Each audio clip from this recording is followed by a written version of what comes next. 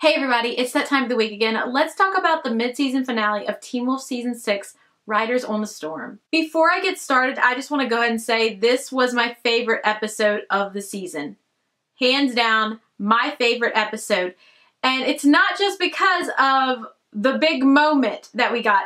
No, it's because there were so many great moments between so many different characters. We saw so many different aspects of each character that we've never seen before in this episode. It was the episode that just kept on giving. Episode 10 starts off right where episode 9 ended, where Lydia is trying to get Stiles back. We see the light and we think that Stiles is about to come through, and then the episode ends. Well, it starts off just like that. We see Stiles in that train station, and then he sees his dad who goes and holds off the Ghost Riders so Stiles can go and get through the rift. Well, he goes through the rift. We think we're going to have this great reunion right then, and Stiles isn't there.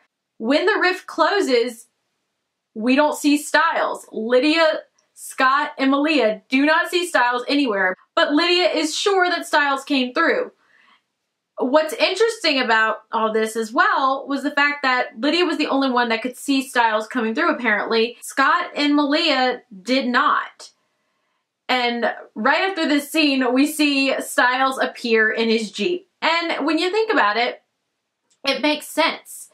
That's where he disappeared, so it only makes sense that he would reappear where he was erased. So we are left waiting for that reunion between Lydia and Stiles. This entire episode is insane because once Stiles has been brought through the rift, all of a sudden we start seeing train tracks all throughout Beacon Hills, and then the two worlds, the Ghost Rider world and Beacon Hills, start intersecting, and it messes with your head. One of the next things we see in the episode that I really enjoyed was a moment between Malia and Peter.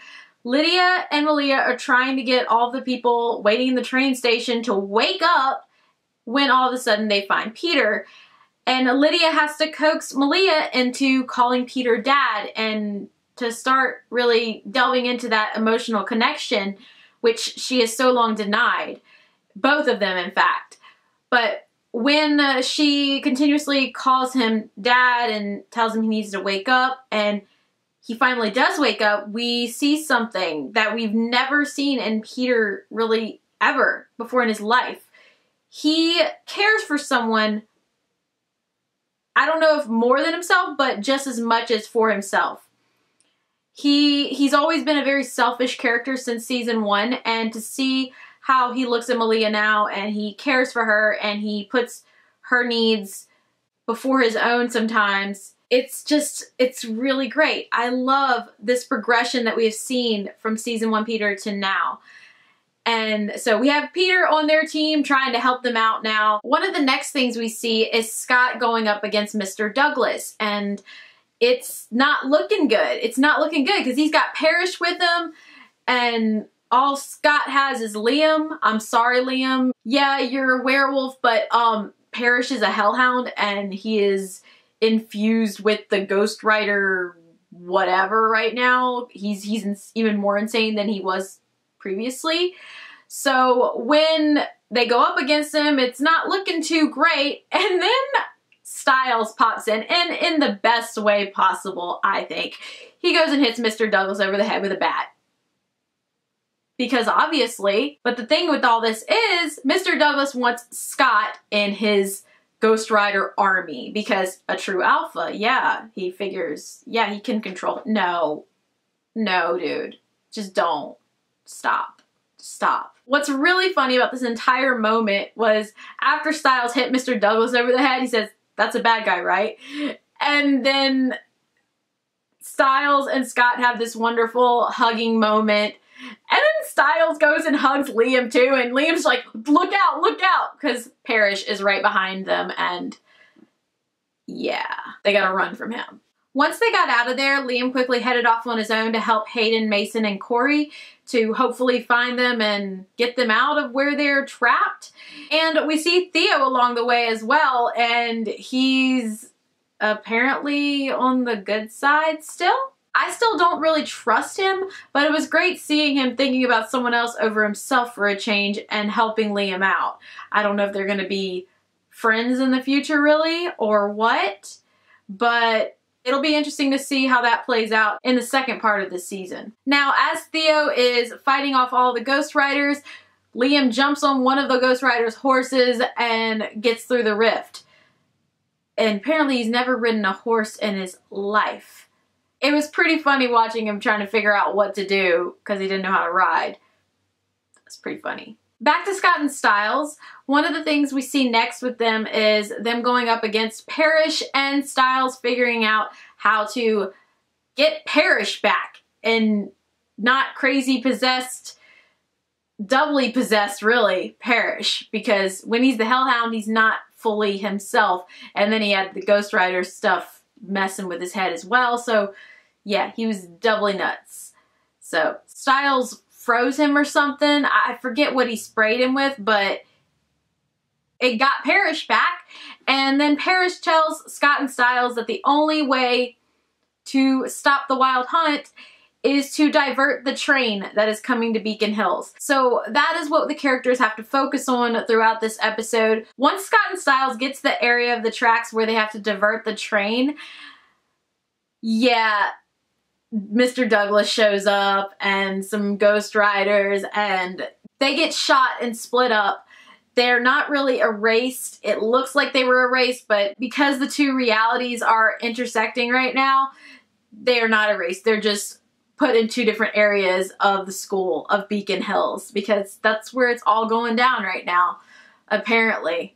The next thing we know, we see Styles appear in the girls' locker room and we quickly have Scott and Styles reunite and still trying to figure out how they are going to take on the Wild Hunt and Mr. Douglas and defeat them and divert the train. It's just insane. They end up getting separated again, and one of the next things we see is Lydia running through the school trying to find Styles, and then we see Styles is cornered by a Ghost Rider. He's about to get shot. Lydia shows up, does her Banshee scream, and we have the best moment of the episode.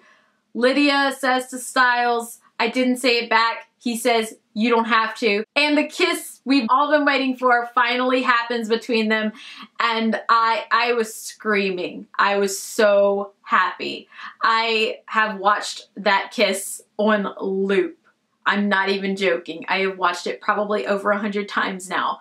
It is what I have been waiting for, what we have all been waiting for since season 1. Now, I know there are some people that do not like Stydia, but the fact of the matter is this. Stydia has been a gradual build-up since season 1. It isn't cliche or anything because there's a really deep connection between Styles and Lydia that just gets deeper throughout all of the seasons.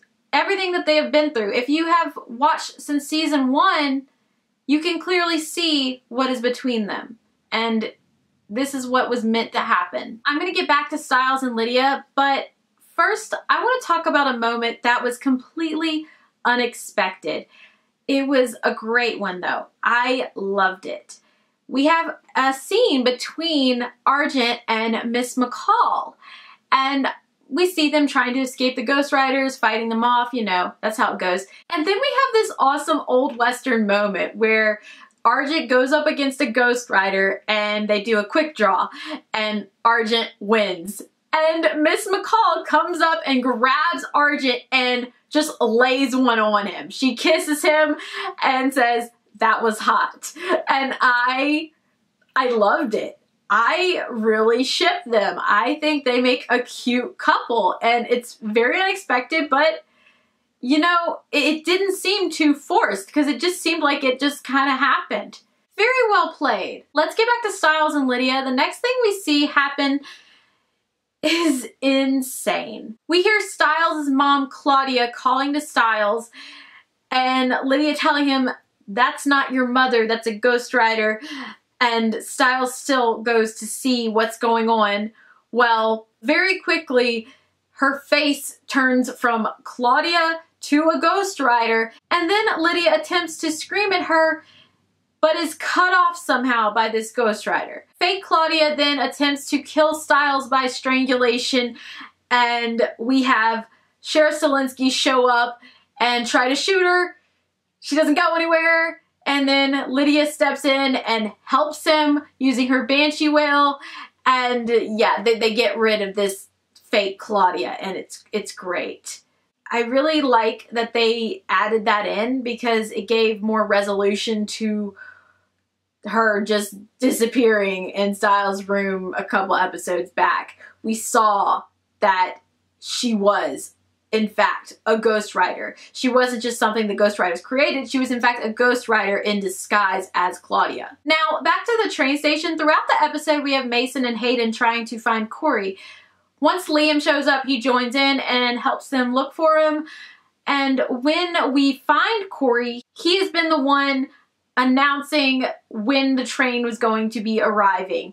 And we see him all hooked up to these machines. The ghostwriters are using Corey's ability to bring things that have been erased into reality in order to bring themselves into reality and to control both worlds. But it's not really the ghostwriters that are doing this, because Mr. Douglas is in fact controlling the ghostwriters at the moment. One of the next things that happens is a big showdown between Scott, his pack, and the Ghostwriters. And it's not even really his full pack at this time, because it's Scott, Theo, Malia, and Peter. Malia's the only member of his pack there. The others are still helping out other people and dealing with other things. And once they all start fighting and then things start to look pretty grim, Scott is able to divert the train. Luckily, he's able to do it. He gets one of the Ghostwriters' whips and pulls the lever, and Mr. Douglas is not happy. He then attempts to command the Ghostwriters to kill everyone. Yeah, and it doesn't work out. It really doesn't work out, because he is turned into a Ghostwriter next. And yeah, he's gone. He's gone. It was a little anticlimactic, that right there, but it was satisfying. So we got that. Once Scott pulled the lever and roared, it signaled to Liam and the rest of the pack that it was okay to pull all those cords out of Corey and save him. After the battle has been won, we see all the people in Beacon Hills start to disappear and reappear back into their lives, and they are none the wiser of what went on. We then see Corey, Mason, Miss McCall, and Mr. Argent in the hospital. Miss McCall goes and injects Corey with those 9 herbs or whatever, and so Corey is going to be fine. The episode closes off on a very good note. We see Scott, Styles, Lydia, and Malia in school. It's their final class, the bell rings, and it is over. And Styles can't believe it, because he was gone apparently 3 months, and he missed a lot of his senior year. We then see Scott and Styles in the hallway and talking about things and how things have changed and haven't changed. And Styles looks over at Lydia and says things have changed a lot. The next thing we see is Styles giving the keys to his Jeep to Scott, and they're all going to be going off to college. Styles is going to be in a pre-FBI program. Lydia got into a college as a junior, and they all seem to be doing what they want to be doing. And we also see in this moment Liam and Mason, and Styles gives his bat to Mason. It was great. And Mason says, "I don't play baseball," and Styles says, "I don't either." In the final moment of the episode, Styles tells Scott he's going to have to drive him home because he lost his license in the Wild Hunt. And Scott tells Styles that your father's the sheriff, you'll be fine, you can drive. And we see the Jeep driving off. And I don't know what's going to happen in the final 10 episodes of the season. I know it's going to be set a few months later, and that's about all I know. It'll be really interesting to see how they close out the series. Hopefully the final 10 episodes are just as good as these past 10 episodes.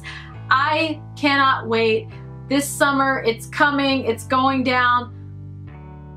Wow. I can't believe it. I can't believe it. 10 more episodes to go. If you enjoyed this, don't forget to hit that subscribe button, like this video, and comment and let me know what your favorite moment was in the winter finale. I'll talk to y'all later. Bye, guys.